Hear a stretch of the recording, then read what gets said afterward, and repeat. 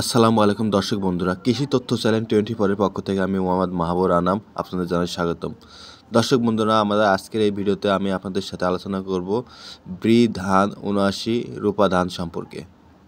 India এবং বাংলাদেশের যে সকল কৃষক বন্ধুরা আমাদের আজকের এই চ্যানেলটির এই ভিডিওটি দেখছেন, যারা ব্রি ধান ৭৯ রূপা আমন মৌসুমের জাতের এই ধানটি সম্পর্কে জানতে চান এবং এই ধানটি চাষাবাদ করে আপনারা কীভাবে লাভবান হতে পারেন এবং কীভাবে চাষ করতে পারেন এবং বাজার মূল্য কেমন পেতে পারেন, দর্শক বন্ধুরা এই সকল বিষয়ে আজকের এই ভিডিওতে A to Z সকল তথ্য আপনাদের সাথে তুলে ধরার চেষ্টা করব।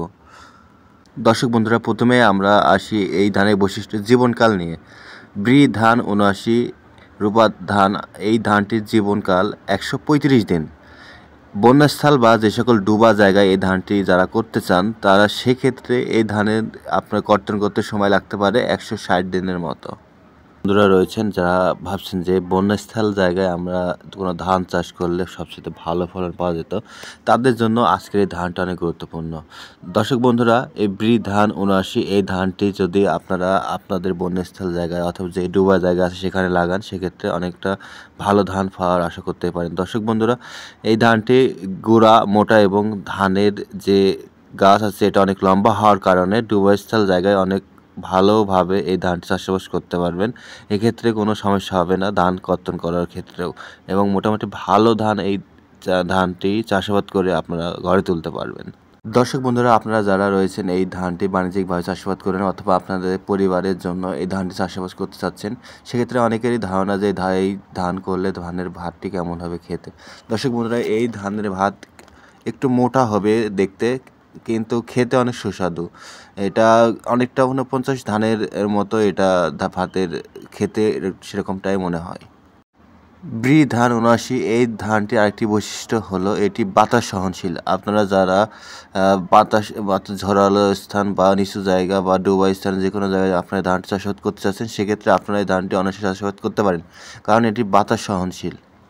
দর্শক বন্ধুরা, এবার আসি ব্রি ধান ৭৯ এটি রোগ প্রতিরোধ ক্ষমতা সম্পর্কে। দর্শক বন্ধুরা, এই রোগ প্রতিরোধ ক্ষমতা বলতে আপনারা যে কীট কারেন্ট পোকা অথবা মাঝারি পোকা এবং এর সাথে আপনার যে গিট ব্লাস্ট, পাতা ব্লাস্ট, শীষ ব্লাস্ট যে সকল রোগের আর কি আক্রমণ হয়, এটা সেগুলো সহনশীল। দর্শক বন্ধুরা, এই ধানটি যদি আপনারা চাষাবাদ করেন, সেক্ষেত্রে যদি আপনাদের আশেপাশে কোনো জমি থাকে সেখানে যদি কীট যেগুলো সহনশীল এই পোকাগুলো আক্রমণ করে থাকে, সেক্ষেত্রে আপনার জমিতে কিছু পরিমাণ আক্রমণ করতে পারে। সেক্ষেত্রে আপনি যদি সঠিক সময়ে কীটনাশক বা ফাঙ্গিসাইড যেগুলো রয়েছে এগুলো ব্যবহার করতে পারেন, সেক্ষেত্রে আপনার এই সকল সমস্যা সহজে সমাধান পেয়ে যাবেন। দর্শক বন্ধুরা, এক্ষেত্রে বলতে গেলে রোগ প্রতিরোধ ক্ষমতা মোটামুটি এই ধানের অনেকটা ভালো বললেই চলে।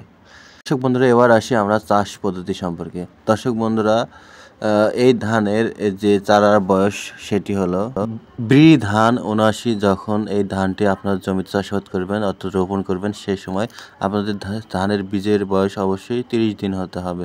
অর্থাৎ যখন আপনার ধান জমিতে লাগাবেন তখন ২ থেকে ৩টা ধানের গাছ নিয়ে আপনারা ধানের বীজ জমিতে রোপণ করবেন।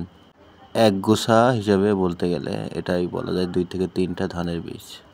ব্রি ধান ৭৯ এই ধানের চারা রোপণের সময় ১৫ জুলাই থেকে ১ জুন পর্যন্ত, অর্থাৎ আষাঢ় মাসের ১ আষাঢ় হতে ১৬ আষাঢ় পর্যন্ত এই ধানটি আপনারা জমিতে রোপণ করতে পারবেন। দর্শক বন্ধুরা, এবার আসি আমরা ব্রি ধান ৭৯ এই ধানে কতটুকু সার প্রয়োগ করব এবং বনস্থল জায়গায় কতটুকু সার প্রয়োগ করব এবং নর্মাল যে জমিতে থাকে সেগুলোতে আমরা কতটুকু সার প্রয়োগ করব। দর্শক বন্ধুরা, এক্ষেত্রে আমরা প্রথমত যে স্বাভাবিক জমি থাকে সেই ধানগুলোতে আমরা সার প্রয়োগ করব।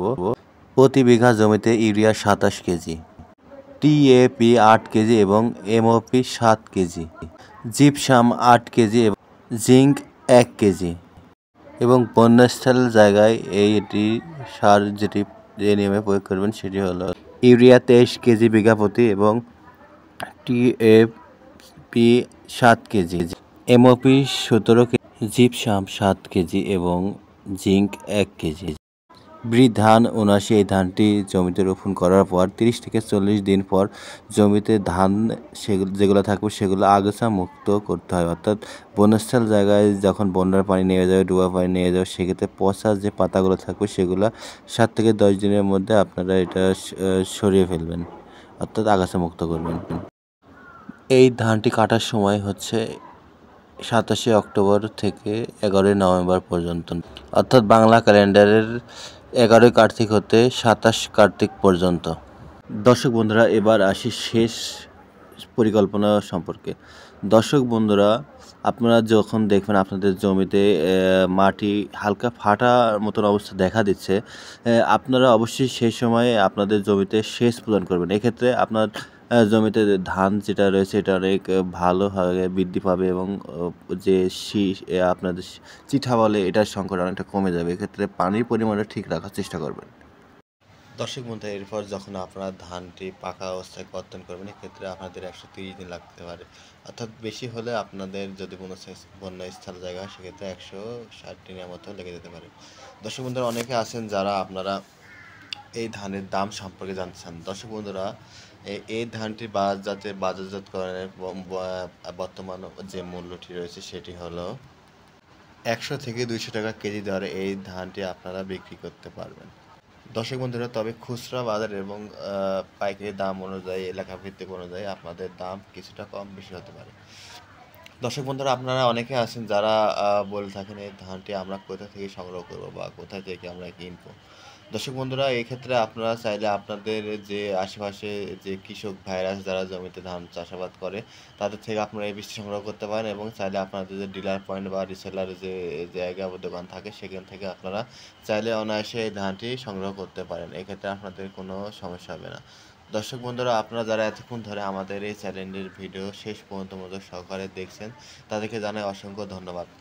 দর্শক বন্ধুরা, এরকম আরও সুন্দর সুন্দর ভিডিও পেতে আমাদের এই চ্যানেলটি সাবস্ক্রাইব করুন। এতে করে পরবর্তীতে যে সুন্দর ভিডিও আপনাদের জন্য আসবে তা আপনারা খুব সহজেই পেতে পারেন এবং সেই বিষয়ে বিস্তারিত ভালোভাবে জানতে পারেন। দর্শক বন্ধুরা, আবারও আপনাদের জানাই আমাদের এই চ্যানেলটি শেষ পর্যন্ত দেখার জন্য অসংখ্য ধন্যবাদ।